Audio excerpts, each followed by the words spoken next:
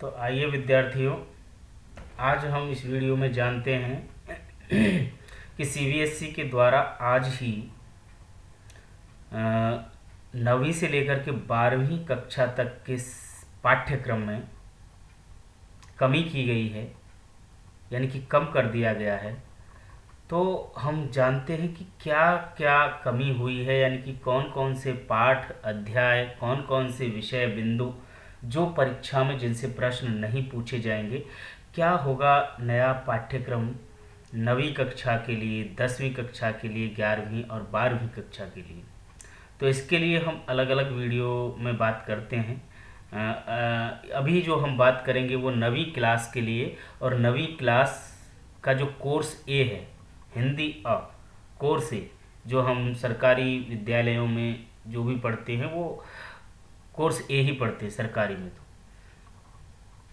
तो इसके लिए हम बात कर लें कि हमारा जो 80 अंक का मुख्य जो प्रश्न पत्र है वो होगा, और जो 20 अंक होंगे वो हमारे आंतरिक मूल्यांकन के लिए, यानी कि इंटरनल असेसमेंट। और इंटरनल असेसमेंट में हमारा 20 नंबर का होगा, 10-10 नंबर का श्रवण तथा वाचन होगा, और ये परियोजना यानी कि कोई भी प्रोजेक्ट की दिया जाएगा। इस तो 20 अंक ये हो गए, और 80 अंक का हमारा प्रश्न पत्र है। अब ये इस 80 अंक को किस किस तरह से बांटा गया है, किन किन बिंदुओं के तहत बांटा गया है, परीक्षा भार विभाजन किस तरह से है, इसकी हम चर्चा कर लेते हैं। तो आइए देखते हैं। अपठित गद्यांश। तो ये अपठित गद्यांश पूछा जाता है, और अपठित गद्यांश में से 2 प्रश्न 1-1 अंक के होंगे। यहाँ पर ये दिया गया है कि 2 अंक हैं अपठित गद्यांश, यानी कि जो गद्यांश पढ़ा नहीं है कभी भी।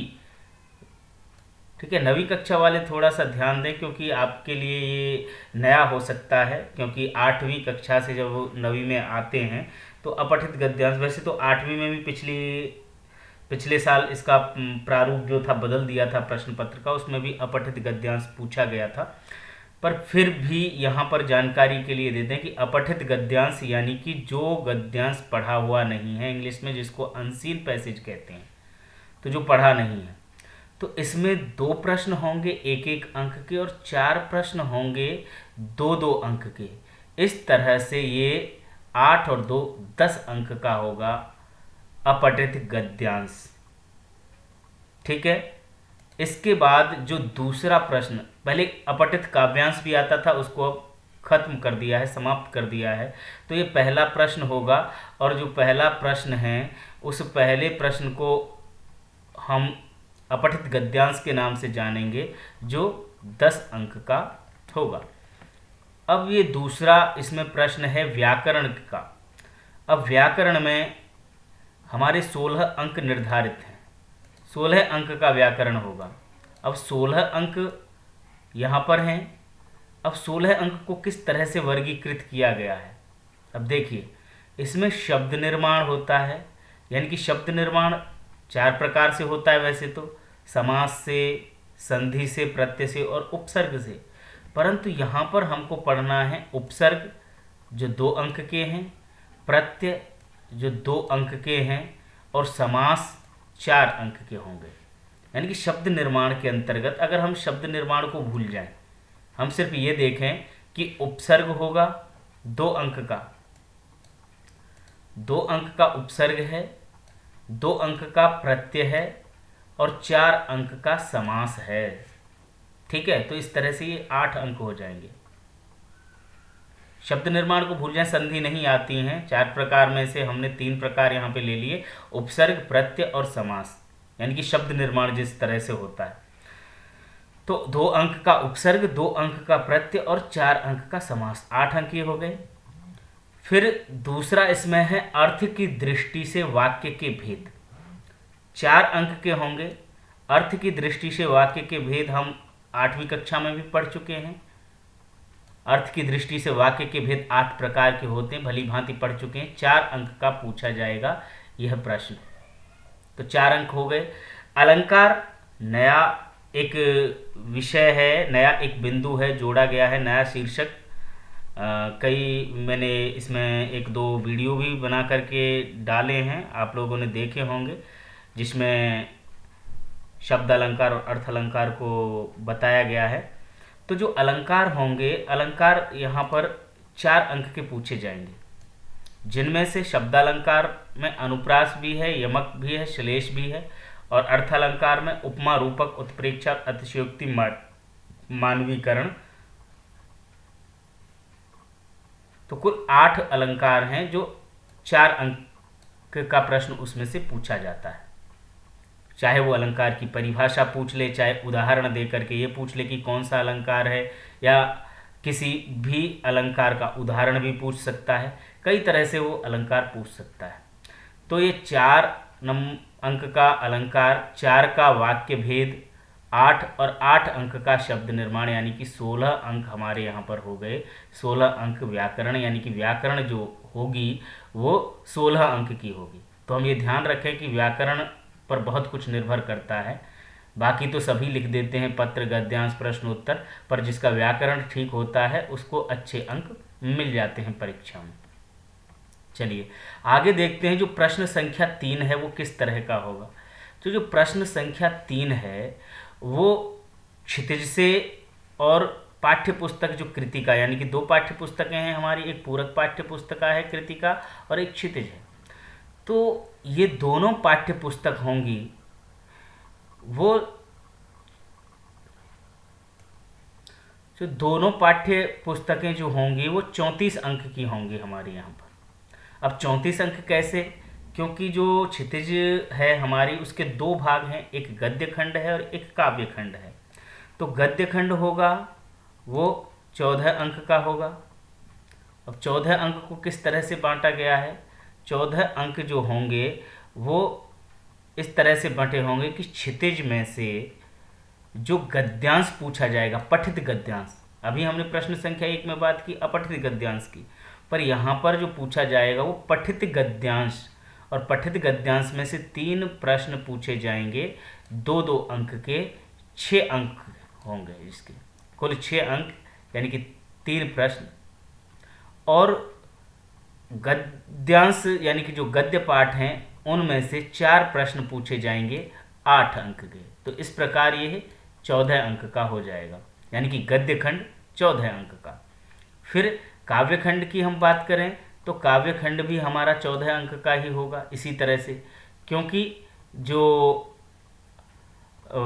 कविता है और यानी कि पठित जो काव्यांश है, यहाँ पर अगर हम बात करें जो पठित काव्यांश है, ये कह रहे हैं कि निर्धारित कविताओं में से काव्यांश के आधार पर 3 प्रश्न। तो जो काव्यांश है यानी कि पठित कविताओं से जो अंश पूछा जाएगा उसमें भी 3 प्रश्न होंगे, 2-2 अंक के, 6 अंक के पूछे जाएंगे। और उनमें से यानी कि काव्य खंड में से, कविताओं में से ही जो प्रश्न पूछे जाएंगे वो 4 प्रश्न पूछे जाएंगे 8 अंक के। तो ये भी 14 अंक का हो गया। तो 14 का गद्य खंड, 14 का काव्य खंड, 28 हो गए। इसके बाद बची हमारी जो पूरक पुस्तक है कृतिका। कृतिका में से 2 प्रश्न पूछे जाएंगे 3-3 अंक के, कुल 6 अंक के। पहले ये 4 अंक का पूछा जाता था, आजकल इसको बदल दिया है। तो 2 प्रश्न पूछे जाएंगे, प्रत्येक प्रश्न 3 अंक का होगा, 6 अंक। तो इस प्रकार जो पाठ्य पुस्तक है वो हमारी 34 अंक की हो जाएगी, क्योंकि 14 और 14, 28 और 6, 14 कि 14 का काव्य खंड, 14 का गद्य खंड, और जो कृतिका है वह 6 अंक। तो इस तरह से हमारी पाठ्य पुस्तक भी हो गई। यानी कि ऊपर से अगर हम देखते हुए चलें तो 10 अंक का हमारा गद्यांश हो गया, 16 अंक का हमारा व्याकरण हो गया, और 34 अंक की हमारी पाठ्य पुस्तक हो गई। तो ये अब तक जो है वो 60 अंक हो गए। अब हमें इसमें 20 अंक का और पढ़ना है, क्योंकि 80 अंक का है। तो 20 अंक का इसमें क्या पूछा जाएगा ये भी देख लें। इसमें 20 अंक के लिए एक तो अनुच्छेद, पहले जो निबंध पूछा जाता था 10 अंक का, उस निबंध को अब समाप्त कर दिया है क्योंकि कुछ सिलेबस कम हुआ है, पाठ्यक्रम कम हुआ है। तो व्याकरण में भी कुछ कम किया है, उसका प्रारूप भी बदला है प्रश्न पत्र का, और क्या क्या चीज़ें बदली हैं वो हम बात कर रहे हैं।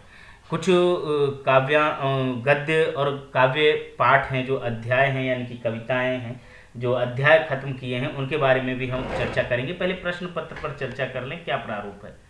तो जो 3 विषय, किन्हीं 3 विषयों पर 80 से 100 शब्दों में अनुच्छेद लिखना है। अनुच्छेद यानी कि पैराग्राफ, जो निबंध से छोटा होता है, उस तरह का, जिस पे हम विस्तार से चर्चा बाद में कर लेंगे। पर यहाँ पर यह ध्यान रखें कि जो निबंध पूछा जाता था वह अब नहीं पूछा जाएगा। कोई 3 बिंदु होंगे विकल्प के रूप में, और उसमें से किसी एक विषय पर निबंध, वो अनुच्छेद लिखा जाएगा, पैराग्राफ लिखा जाएगा, जो कि 5 अंक का होगा। ठीक है, क्योंकि इसकी हम बात करें तो ये लेखन है, रचना है, और इसके बाद इसी में, यानी कि लेखन का ही एक दूसरा रूप है, उसमें हम पत्र पहले से भी आते रहे हैं, औपचारिक या अनौपचारिक। हमने दोनों प्रकार के पत्र पहले से पढ़ लिए हैं, 6ठी 7वीं 8वीं में भी। औपचारिक और अनौपचारिक पत्र, कोई सा भी एक पूछा जा सकता है, वो भी 5 अंक का होगा।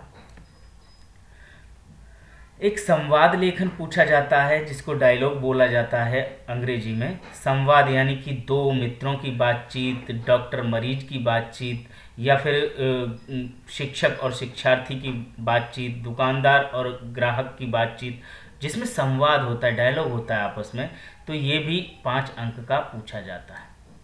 अब इसमें एक नया जो पाठ्यक्रम में जोड़ा है इस बार इन्होंने, ये है लघु कथा लेखन। ये पहले नहीं पूछा जाता था, सिर्फ इस बार इन्होंने जोड़ा है, जो 100 से 120 शब्दों में विकल्प सहित, यानी कि कुछ रूपरेखा दी हुई होगी, प्रस्थान बिंदु दिए हुए होंगे, डॉट डॉट जो खाली जगह छोड़ देते हैं, रिक्त स्थान, उनके आधार पर हमें कथा की पूर्ति करनी होती है, लघु कथा पूरी करनी होती है, पूर्ण करनी होती है। तो वो भी 5 अंक की पूछी जाएगी। तो इस तरह से जो लेखन है वो हमारा 20 अंक का हो गया, यानी कि 5 अंक का अनुच्छेद, 5 अंक का पत्र, 5 अंक का संवाद और 5 अंक का लघु कथा लेखन। तो इस तरह से ये 80 अंक हो गए, और 80 अंक हमारे प्रश्न पत्र के हुए, और इसके जो इंटरनल असेसमेंट है यानी कि आंतरिक मूल्यांकन है वो 20 अंक का हुआ, जिसमें श्रवण और वाचन का 10 अंक, और परियोजना जो भी प्रोजेक्ट जो दिए जाएंगे कक्षा में करने के लिए उसके 10 अंक। इस तरह से 100 अंक का प्रश्न पत्र होगा। तो ये तो थी प्रश्न पत्र की बात। अब इसके बाद हम बात करें जो निर्धारित पुस्तकें हैं हमारी, उनमें क्या परिवर्तन हुआ है, उनमें से कौन सा अध्याय हटा है या जोड़ा गया है। वैसे जोड़ा तो कोई भी नहीं गया, हटाया ही गया है, क्योंकि जिस तरह से विद्यालय चल रहे हैं, लॉकडाउन चल रहा है, स्कूल बंद हैं, कोरोना से सभी पीड़ित हैं, तो एनसीईआरटी ने, सीबीएसई ने अपना पाठ्यक्रम कम किया है, कि जिससे बच्चों पर अनावश्यक बोझ ना हो, उनको कम पढ़ना पड़े, क्योंकि वो घर से ही पढ़ रहे हैं। तो इसमें से क्या हटाया है ये भी हम देखें, कौन कौन से पाठों को यहाँ से हटा दिया है। तो चलिए सबसे पहले हम क्षितिज की बात करें, और क्षितिज में भी गद्य खंड और काव्य खंड 2 हैं, ये हम पहले से ही जानते हैं। तो जो काव्य खंड है उसमें से जो कबीर, साखियाँ और शबद, जिनको हम पढ़ भी चुके होंगे, पढ़ा भी जा चुका है हमारे द्वारा, उसको हटा दिया गया है। यानी कि ये जो पाठ हैं जिनके मैं नाम ले रहा हूँ यहाँ पर, ये पाठ जो काव्य खंड में हैं इनको हटा दिया गया है, यानी कि ये परीक्षा में इनसे प्रश्न नहीं पूछे जाएंगे। अब इसमें कौन कौन से हैं ये हम देखें। ये देखिए, ये काव्य खंड में एक कबीर हो गए, यानी कि इनकी साखियाँ और शबद दोनों ही। सुमित्रानंदन पंत की ग्रामश्री एक बहुत अच्छी कविता है, उसको कम कर दिया है। केदारनाथ अग्रवाल की चंद्र गहना से लौटती बेर, इसको भी हटा दिया गया है। सर्वेश्वर दयाल सक्सेना का मेघ आए, और चंद्रकांत देवताले की यमराज की दिशा। तो इस तरह से हम देखेंगे यहाँ पर 5 पाठ हमारे हटा दिए गए हैं काव्य खंड से। देखिए 5 पाठ हटा दिए गए हैं काव्य खंड से, तो फिर हमें बहुत बड़ी राहत मिल चुकी है इसके लिए, यानी कि लगभग 50% जो पाठ्यक्रम था वो कम हो गया, 50%। क्योंकि लगभग 9 पाठ हैं, 9 अध्याय हैं कविताओं के, जिनमें से 5 को कम कर दिया है। तो ये तो 50 से भी ज़्यादा हो गया, यानी कि 4 पाठ ही बचे हमें पढ़ने के लिए। और जो 4 हैं उनमें से ललद्यद है, जिसको हमने पढ़ लिया है, ललद्यद के वाक, रसखान के सवैये, कैदी और कोकिला माखनलाल चतुर्वेदी की, और बच्चे काम पर जा रहे हैं राजेश जोशी की, ये बचते हैं। तो 5 पाठ हमारे इसमें कम हो गए।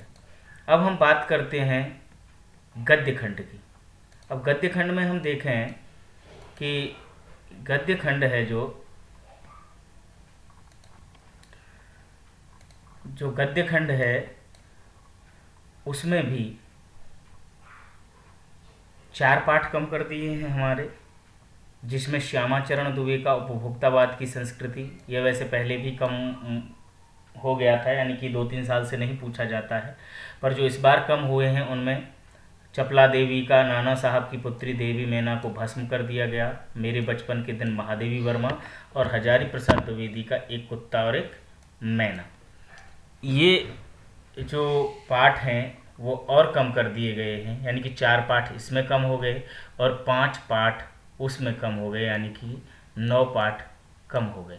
तो मुश्किल से हमें 8-9 पाठ ही पढ़ने को अब मिलेंगे, क्योंकि गद्य खंड में से अगर हम बात करें तो फिर हमारे पास में रह जाते हैं प्रेमचंद, यानी कि 2 बैलों की कथा, राहुल सांकृत्यायन का ल्हासा की ओर, जाबिर हुसैन का सांवले सपनों की याद, हरिशंकर परसाई का प्रेमचंद के फटे जूते।